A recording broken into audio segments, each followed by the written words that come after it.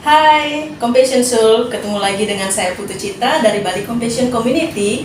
Dan sekarang kita ada di program My Cup Story, My Compassion, Unique and Passion Story. Dan sekarang kita kedatangan tamu yang super spesial, couple planner sukses, Jegek Bagus Manggis, Mbak Ami dan Bli Aji. Siapa sih beliau-beliau ini? Yuk kita minta beliau untuk memperkenalkan diri ya, silakan. Oke, selamat sore. Selamat sore Aji. Oke, terima kasih Putu sudah berkunjung ke sini, ke Anemon. Perkenalkan, nama saya Ketut Sri Aji, biasa dipanggil Aji. Saya pemilik dari Anemon Trading School Indonesia. Halo, main mata. Halo sahabat Bali Compassion Soul, ya. Selamat sore. Terima kasih Putu Cita udah berkenan berkunjung ke Anemon. Perkenalkan, nama saya Putu Ari Utami. Saya adalah founder dari Anemon Indonesia. Sekarang kita lagi ada di kantor pusatnya Anemon. Gimana sih awal mula mendirikan Anemon itu? Seperti apa sih cerita awalnya? Mungkin bisa. Saya dulu ya. Sebenarnya Anemon ini kan lahirnya tahun 2007. Cuman waktu kecil saya tuh nggak pernah kepikiran bahwa saya tuh akan berkecimpung di dunia pendidikan, nggak pernah. Tapi latar belakang saya memang keluarga pendidik. Jadi bapak adalah seorang guru yang mengabdikan dirinya udah hampir 40 tahun ya di dunia pendidikan. Jadi kepala sekolah juga gitu ya. Nah kemudian waktu kecil tuh saya ingat bapak saya tuh pengen banget saya tuh jadi guru gitu. Bapak pengen banget ya kamu jadi guru gitu, karena kalau guru itu kan istilahnya jadi teladan ya, jadi teladan. Terus dia tuh juga dipercaya untuk mendidik anak-anak bangsa gitu ya. Dan itu profesi itu benar-benar sangat membanggakan bapak. Tapi waktu kecil itu saya nggak pernah kepikiran jadi guru. Karena apa? Karena saya melihat sosok guru-guru yang saya kenal dulu kurang menyenangkan. Jadi waktu SD gitu ya, istilahnya apa, karena saya yang agak bandel gitu ya, mungkin jadi murid saya nggak mau jadi guru gitu. Saya bilang saya mau guru tuh nggak keren, saya mau jadi arsitek aja. Katanya kalau arsitek itu kan setiap garis itu ada uangnya. Akhirnya kuliahlah saya di jurusan arsitektur. Oke. 6 tahun kuliah, benar-benar menikmati. Setelah itu begitu masuk dunia kerja, saya merasa bahwa kok rasanya begini ya bekerja, seperti tidak menemukan sesuatu yang benar-benar mengisi hidup saya gitu. Setelah itu 2 tahun bekerja, saya memutuskan untuk stop dulu, kayaknya ini bukan dunia saya. Kemudian saya mencoba untuk mencari di mana sih sebenarnya passion saya, di mana sih sebenarnya saya menemukan sebuah dunia yang bikin saya tuh hidup gitu. Setelah lama mencari, mencoba bisnis A, bisnis B, bisnis C gitu ya. Jadi beberapa kali mencoba buat bisnis ya? Iya. Dan syukurnya disupport penuh sama beliau. Bisnis apapun yang saya kepikiran, saya jual ini, jual itu. Akhirnya saya menemukan hidup saya kembali setelah saya mengajar. Saya pernah kerja di sebuah bimbingan belajar dan saya menemukan pernah mengajar seorang pembantu rumah tangga waktu itu. Dia disuruh ini yang istilahnya dileskan komputer sama kasarnya majikannya ya. Tapi anaknya nggak bisa baca gitu. Terus saya bilang, saya harus ngajarin dari mana nih gitu. Terus kan akhirnya setelah saya ajarin dia baca dulu, terus dia akhirnya bisa ngetik di komputer. Di situ dia mau meluk saya gitu. Itu awal ceritanya kenapa saya menemukan dunia saya. Terus dia bilang gini, Mbak Ami, setelah ini saya pasti akan hidup saya pasti akan bisa lebih istilahnya lebih baik lagi. Saya merasa bahwa setelah saya bisa ini, masa depan yang lebih indah akan menunggu saya. Gitu. Sejak saat itu saya merasa, wow, padahal kita cuma ngasih ilmu doang gitu. Merasa bahwa itu cuma ngasih ilmu aja gitu. Tapi manfaatnya bagi orang yang menerima ilmu kita itu sungguh-sungguh luar biasa dan bisa menyentuh hidupnya mereka gitu. Sejak saat itu saya bilang saya harus jadi guru. Saya harus ngajar, saya harus membagi ilmu yang saya punya. Karena mengajar itu bukan hanya membuat dari murid-murid kita ya dari tidak bisa menjadi bisa, tapi kita udah nyentuh kehidupan seseorang. Dari situlah akhirnya berangkat, saya memastikan diri bahwa saya harus menekuni dunia pendidikan. gitu. Nah, setelah itu ternyata tempat bimbingan belajar saya bekerja istilahnya tutup karena tidak ada murid dan lain sebagainya. Saya melanjutkan lagi profesi itu secara mandiri. Saya mulai mengajar dari rumah ke rumah seperti itu. Murid-muridnya juga dari ya sekitaran Denpasar gitu ya. Jadi guru privat gitu Jadi ya, Mbak? guru privat dulu. Itu, gitu. itu materi yang diajarkan apa, Mbak? Awalnya materi anak-anak, semua pelajaran.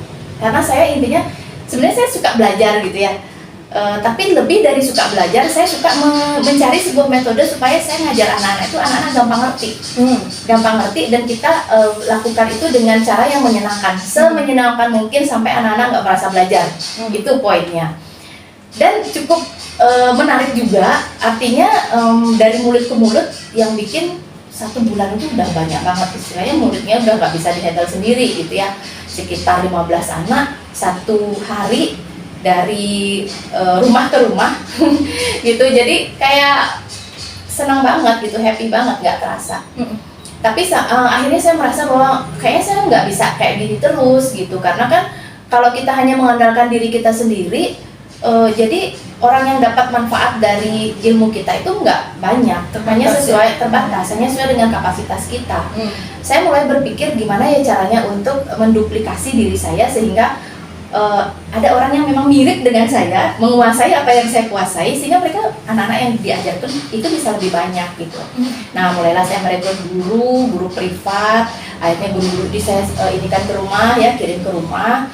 Nah, tahun 2009 ke 2010 itu kalau nggak salah, saya mulai membuat kelas gitu. Jadi buat kelasnya itu di 1 gang rumah kontrakan saya, namanya Gang Kelinci.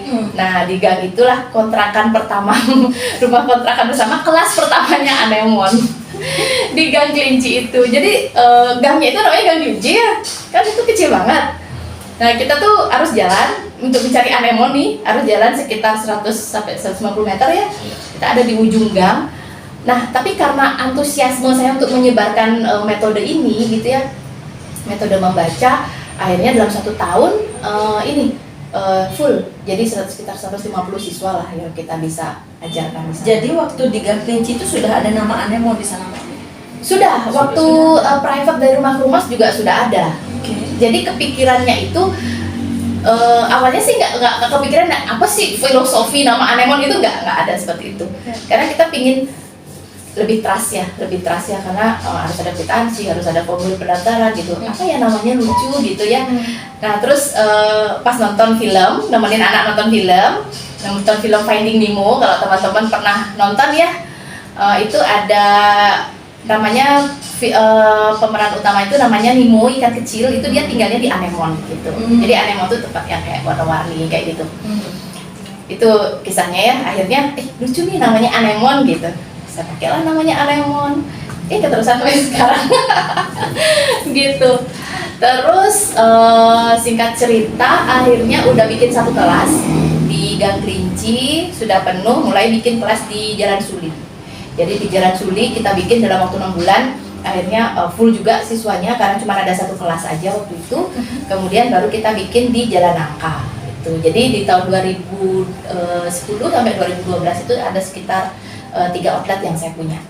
Wow. Waktu itu 2009 sampai 2010 itu. 2009 mulai bikin kelas, 2010, 2011 udah ada 3 outlet, 2012 baru mulai franchise.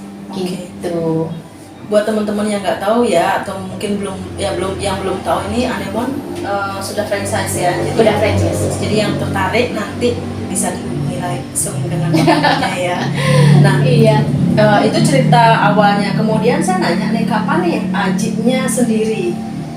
Kemudian itu berarti Mbak Ami yang duluan sendiri kan ngajar dari sana kan. Kemudian saat sampai buka outlet 3 itu Aji apakah sudah terjun juga di sana, terlibat juga di sana, atau secara langsung seperti sekarang atau bagaimana? Waktu itu belum secara langsung. Apa namanya? Ya nyambil lah. Karena saya dulu kan masih bekerja. Ya. Pastilah support karena pasangan ya. Jadi pastilah support pasangan saling support lah ya. Jadi bagi apa kegiatannya Mbak Ami support Aji, kemudian kegiatannya Mbak Ami disupport sama Aji kan, atau kegiatannya Beli Aji disupport sama Mbak Ani. Tapi sekarang kan Beli Aji sudah bisa dibilang Sudah Sudah full ya. sudah full. kapan nih eh, mulai fullnya. mulai fullnya dengan Anemon gitu loh ceritanya. Kalau Ya. kalau fullnya sih baru dari full sekali ya, itu tahun 2017-18 lah. Iya, pertengahan di sana. Kalau sebelumnya 2012 ya udah berhenti, sudah ikut, tapi masih di istilahnya masih di belakang layar lah, Ya. nggak begitu apa namanya ikut di dalamnya secara operasional itu nggak ikut gitu. Tapi kalau segala apa namanya ada sesuatu pasti kita diskusi gitu. Nah, di sana aja. Kalau fullnya yang full sekali ya 2018-19 itu full sampai sekarang gitu. Oke. Dan Anemon ini sendiri kalau bisa dibilang berdirinya officialnya berarti di 2007 itu ya? Iya. Dari Gang Kelinci itu ya? Dari private. dari private. rumah ke rumah. Oke. 2007. Mm-mm. Nah, 2007 sampai sekarang 2022. Mm. Itu berapa tahun? 15 ya? 15 tahun. 15 tahun. So 15 tahun Anemon berdiri dan sekarang sudah ada berapa franchise Mbak ambil totalnya? Total outletnya berapa? Oh, dengan Beli sekarang. Oke, sekarang ini bosnya ya. Outlet kita sih sekarang sudah hampir 160-an 160 outlet. sampai di luar Bali. Iya, karena memang kita mempunyai visi mendirikan ini mungkin Misami karena biasa sebutan Misami. Misalnya ya. Itu mendirikan ini mempunyai tujuan yang mulia, gimana Anemon ini bisa membantu anak-anak di seluruh Bali. Akhirnya kita bisa wujudkan itu di tahun 2019 kita sudah ada di seluruh Bali. Nah, kita sekarang punya tujuan beda lagi go nasional. Memang di dalam pandemi ini kita cobaannya lumayan. Ya. Tapi memang kita sampai sekarang sudah lumayan juga berhasil, ada hampir 8 cabang di luar Bali. Di mana aja tuh? Beli aja mungkin biar Ada di- penonton kan nggak hanya di Bali aja nanti nih mungkin ada di luar dan bisa datang ke Anemon Oke. outlet Anemon di luar. Ada di Banyuwangi, ada di Madiun, ada di Surabaya, ada di Sidoarjo, ada di Semarang, ada di Jogja, dan ada di Medan. Oke, Jawa Timur, Jawa Tengah sama Medan. Sumatera ya. Nah, itu kita sudah ada di beberapa kota besar.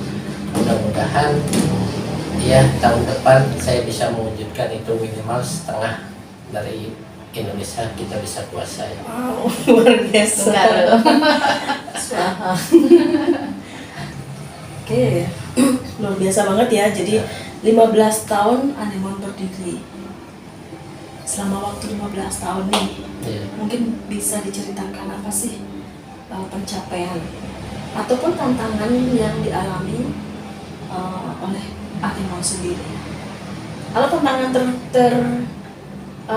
yang paling menantang lah yang pernah terjadi Tantangannya atau pencapaian, kalau pencapaian oke lah 160 outlet ya. Dan itu nggak cuma terjadi dalam semalam seperti Roro Jonggrang gitu lah ya. tantangannya dari awal memang tantangannya ini menantang sampai sekarang.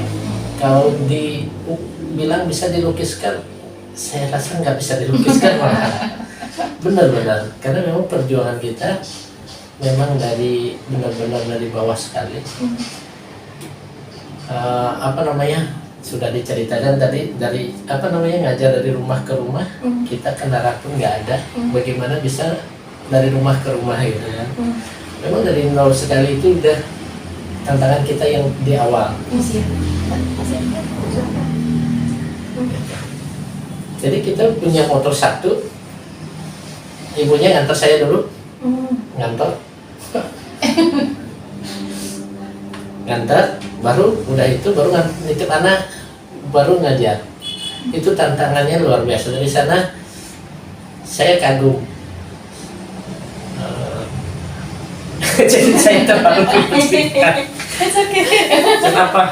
Ya begitulah jadi teman-teman atau compassion soul ya, jadi banyak banget orang-orang yang luar biasa dan ini salah satu cara saya untuk berbagi. Jadi cerita-cerita seperti ini. Jadi tidak semuanya kita bilang oh ya bisa sukses seperti ini Anemon, tapi jalan yang harus kita lalui itu yang siap gak sih kita untuk melewati seperti yang dijalani oleh Beli Aji sama Mbak Ami. Ya, karena kalau bercerita ini kayak memang gimana menguras terharu jadinya. Kan ikut jadinya. Gitu lah. Karena memang begitu kita alami. Kita memang dari benar-benar nol. Ya, seperti yang saya ceritakan itu dia untuk mewujudkan cita-citanya menjadi seorang guru, menularkan ilmunya untuk mencerdaskan anak-anak. Saya juga nggak menyangka Anemon akan sebesar seperti ini sebenarnya. Gitu. Begitu sampai tahun 2007 dia benar-benar berjuang sendiri untuk mewujudkan ini. Akhirnya sistem ini, program ini dia bisa wujudkan, dia bisa patenkan, sudah dipatenin ya 2007, bisa dia patenin gitu. Nah setelah dia patenin dia bingung, ini saya gimana ya supaya apa yang menjadi tujuan saya, ilmu ini bisa dinikmati oleh anak-anak. Akhirnya memang segala tujuan itu ada jalannya. Akhirnya dia ketemulah salah satu mentor Prancis di Bali yang mempertemukan sistem ini. Nah, akhirnya kita belajar di sana. Itu pun masih sederhana. Dan dari sana lonjakan kita mulai untuk mewujudkan mimpi kita Anemon itu ada di mana-mana. Gitu. Akhirnya tahun 2012 ya selesai ya program itu, kita bisa launching, dan setelah launching kita sudah ada 8 outlet baru ya. Waktu itu ya 3 bulan dia 7 outlet. 7 outlet baru. Itu pun saya belum bisa bantu karena saya masih kerja di finance. Dia ngurus sendiri, survei sendiri, desain sendiri gitu. Semuanya serba sendiri. Karena saya belum bisa mewujudkan, saya resign gitu cepat gitu, nggak diizinkan, saya nunggu waktu untuk bisa resignnya. Akhirnya saya bisa mewujudkan itu tahun 2012 ya, akhir lagi sudah ada cabang, baru saya bisa resign. Nah itu baru mulai saya bisa bantu. Itu pun masih di belakang layar, karena saya bukan notabene seorang bisnis, masih belum pelajari gimana sih gitu. Akhirnya sampai ada masalah dengan franchising itu saya nggak bisa bantu. Makanya kalau cobaannya yang kedua itu sampai di boykot sama franchising pun pernah terjadi. Nanti itu mungkin misalnya yang ceritain seperti apa. Nah setelah selesai itu kita lewati, akhirnya cobaan juga datang sekarang dari pribadi sendiri ya, seperti tahu mungkin anak saya sakit. Nah mau nggak mau di sanalah titik balik saya harus turun langsung. Tahun 2018 ya, tahun 2018. Nah di sana saya terjun langsung di sini mengelola ini sampai sekarang. Karena misalnya itu kalau terjun langsung itu baru awal tahun kemarin. Gitu. Nah sampai kita ada di angka 115 waktu itu. Oke. Gitu. Nah itu pengalaman saya tentang pengelolaan outlet ini. Berdirinya dari Anemon ini. Mungkin nanti bisa dilengkapi sama Mas Ami. Silakan. Jadi Compassion Soul dari ceritanya Beli Aji ya, yang mana Mbak Ami dan Beli Aji, beliau berdua bukan dari latar belakang bisnis ya, kemudian juga dari edukasi juga tidak ya, tetapi dengan tujuan yang jelas, misi yang jelas bisa terwujud. Jadi kalau dalam bahasa Inggrisnya, if there is a will, there is a way. Jadi apapun itu, mungkin tantangannya, mungkin ya kita nggak pernah tahu tantangannya ya dari dalam ataupun dari luar. Tapi saat kita sudah punya tujuan yang jelas, visi misi yang jelas, kita bisa menyelesaikannya. Ya. Masalah waktu kita nggak pernah tahu ya, Mbak Ami ya atau Bu Aji ya. Tapi itulah penguatnya ada itu, alasannya why-nya itu cukup jelas, cukup kuat ya buat kalau tuh lihat dari Mbak Ami sama Aji. Kalau pengalamannya Mbak Ami bagaimana selama menjalani di awal-awal Anemon, membangun Anemon? Banyak struggle-nya sih. Pasti itu ya. Kalau bilang tantangan yang terbesar itu apa, itu sesuai dengan fasenya sih. Masing-masing fase itu punya tantangan sendiri. Istilahnya kayak kita itu sekolah kelas 1 ya pasti ujiannya kayak kelas 1 sekolah. Naik kelas lagi, ujiannya tambah lagi gitu. Dan itu saya rasa sih kalau di dunia bisnis tidak akan pernah berhenti ya, karena kan kita terus akan grow gitu. Kalau tantangannya ya pertama pasti mengenalkan brand kita ya. Di saat tidak ada orang yang mengenal, gimana kita memperkenalkan brand kita sampai mendapat kepercayaan, itu kan juga bukan sesuatu yang sederhana ya. Apalagi bagi saya bukan orang pebisnis, nggak tahu manajemen bisnis itu seperti apa. Jadi ya street marketing aja, kayak gimana kita jalanin dan itu terbukti sukses ya itu diduplikasi gitu. Jadi marketing jadi kayak Rembo gitu ya, gitu ya. Jadi sampai akhirnya punya sistem ya. Ya, tapi saya bersyukur saya orangnya suka belajar. Jadi saya investasikan waktu, tenaga dan biaya itu memang benar-benar untuk belajar di awal. Contohnya aja waktu pertama kali saya menerima fee mengajar dari guru murid privat saya, itu saya investasikan lagi untuk belajar hal yang baru. Jadi saya belikan lagi buku, saya belikan lagi CD-CD audio, seperti itu. Dulu kan belum ada YouTube ya, jadi semuanya itu harus kita beli dan itu worth it sih menurut saya ya. Jadi ilmu itu pada saat kita belajar gitu, kita investasikan sejumlah uang di sana, itu uang itu kan berkali-kali lipat hasilnya gitu. Dan saya sangat percaya itu. Saya belajar bahkan bukan hanya di Bali gitu ya, saya kejarin ilmunya. Semakin saya merasa di situ tantangan saya, semakin saya banyak belajar di sana. Itulah yang akhirnya menyelamatkan lah, istilahnya menyelamatkan kita yang nggak tahu tentang apa gitu ya. Jadi kayak kepanikan atau istilahnya kecelakaan itu kan terjadi karena ketidaktahuan, seringkali terjadi karena ketidaktahuan. Nah disitulah yang saya banyak belajar bahwa ketika kita mau belajar apapun bisa kok. Kita mau belajar dan kita tahu tujuan kita gitu. Yang paling banyak tantangannya kan yang tentunya karena kita berhubungan dengan banyak orang ya, pasti di people ya.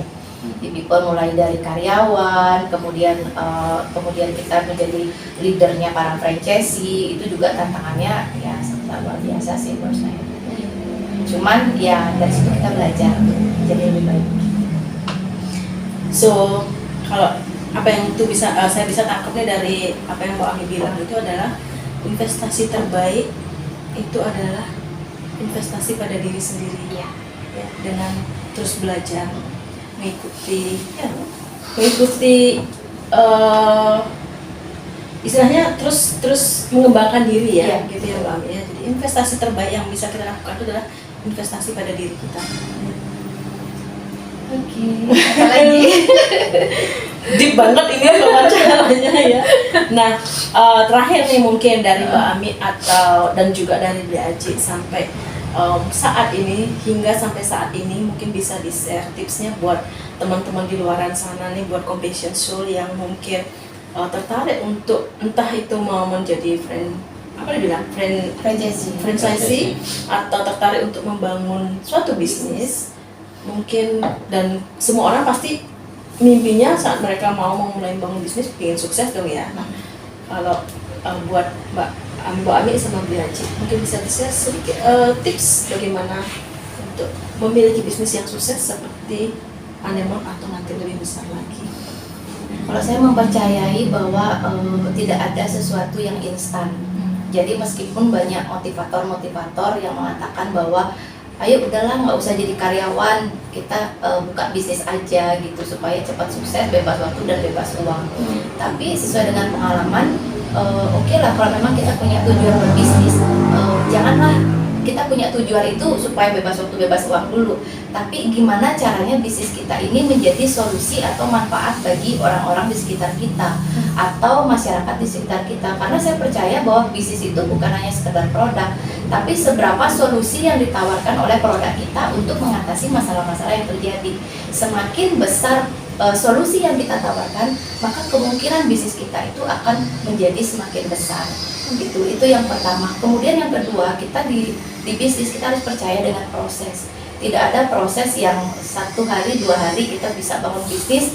Istilahnya kita pingin sukses, kemudian kita melihat orang-orang, oh dia bisa nih, kayak sekarang kan ada banyak ada startup gitu ya. Tapi kita nggak lihat nih proses behind the scene-nya. Kayak pohon gitu loh, kayak pohon tuh kan kalau mau banyak cabang, apanya dulu yang harus kuat? Berarti kan akarnya dulu yang harus kuat. Sama seperti kita sebagai business owner, kita sebagai founder, kita dulu yang kuatin diri kita sendiri. Kita perbanyak waktu untuk diri kita sendiri, bangun diri dulu sebelum bisa membangun orang lain. Karena hakikat bisnis itu kan kita harus siap menjadi marketing, kita harus siap jadi leader, kita harus siap jadi apapun. CEO ya? CEO, awalnya pasti akan seperti itu sebelum sistemnya terbentuk dengan kuat gitu ya. Dan ada tim ya? Dan ada tim, ya seperti itu. Sebelum itu ya berarti diri kita sendiri, kayak kita mau naik mobil gitu ya, nggak mungkin kan kita langsung di gigi 5 gitu kan, kita pasti harus gigi 1 dulu. Nah gigi 1 ini apa? Gigi 1 ini adalah kita dan spiritual kita. Jadi apa tujuan akhir kita berbisnis? Tujuan akhir kita apakah kita akan sukses kaya raya, ataukah kita menjadikan bisnis ini sebagai bekal kita untuk nanti pada saat kita udah nggak ada lagi, apa yang bisa kita tinggalkan dari bisnis ini. Nah ketika kita sudah paham why-nya kenapa, segala tantangan-tantangan itu akan terasa lebih bisa dinikmati gitu ya. Meskipun ya pasti kita kadang merasa stres gitu ya, tapi kembali lagi ke tujuan awal kita, kembali lagi ke dream kita, kembali lagi ke purpose kita. Apa sih, kenapa sih kita bangun bisnis ini? Itu akan menguatkan kita. Dan kalau kita ikutin prosesnya, astungkara bisnis kita bisa besar. Gitu. Gimana? Siap untuk membangun bisnis? Bersedia untuk mengikuti prosesnya? Iya. Itu dari Mbak Ami ya, jadi tidak ada yang instan. Dan investasi pada diri sendiri. Kalau Aji, tipsnya gimana Aji? Oke, untuk para anak muda yang mau berbisnis, siapkan diri dulu. Karena kalau diri kita nggak siap, kita nggak akan bisa melakukan apa yang kita akan rencanakan. Karena dalam berbisnis kita benar-benar membutuhkan pemikiran, tenaga untuk menyiapkan apa sih rancangan kita. Karena kita berbisnis itu harus tahu tujuan kita apa yang kita mau garap. Kalau enggak kita siap pada diri kita, saya yakin pasti bisnis kita akan gagal, biarpun modalnya ada, karena diri kita yang belum siap. Gitu. Itu dari saya. So dari Ajinya adalah kesiapan diri kita. Bagaimana? Kembali lagi saya tanyakan, cukup menginspirasi kan ceritanya. Hanya saja sayangnya kita hanya bisa berbicara sampai di sini. Saya yakin jika teman-teman atau Compassion Soul memiliki kesempatan bertemu sama Mbak Ami atau sama Aji, dua couple planner yang luar biasa ini, yang sudah membantu merubah kehidupan orang di luar sana melalui edukasi.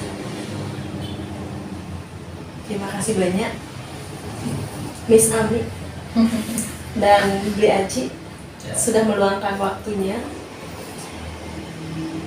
sudah berbagi cerita bagaimana perjalanan Anemone yang luar biasa, yang penuh dengan tantangan, tetapi tetap semangat untuk menebarkan manfaat. Jadi bisnisnya itu adalah pertama problem solver, ya. Kemudian yang kedua ingat untuk investasi diri, tidak ada sesuatu yang instan. Gitu ya. Ya, betul sekali. Terima kasih Pak Ami, terima kasih Bu Sama-sama. Aji. Dan Compassion Soul, kita ketemu lagi di episode yang ketiga My Cup Story. Dah.